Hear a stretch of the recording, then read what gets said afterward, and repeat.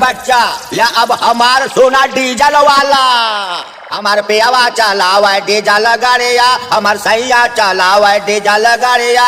हे बेटवा तो हर डीजे ऐसे चौकड़त बा जैसे कौनो पुरान पणिया।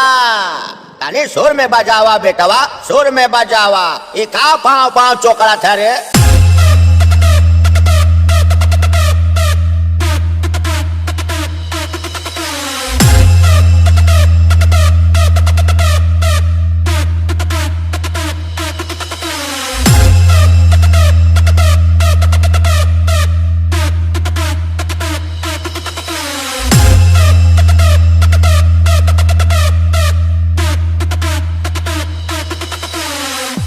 बेटवा तो हारू है हाल बा कि जिंदगी झंड बा फिर भी घमंड बा।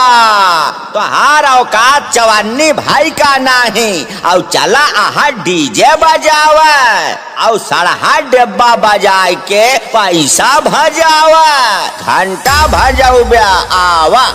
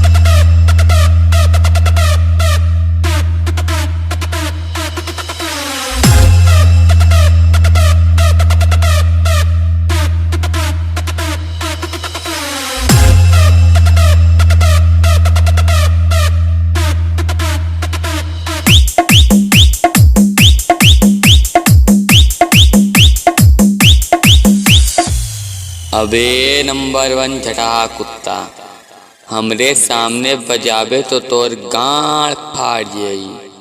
चल पैर पटक और बेल तटक।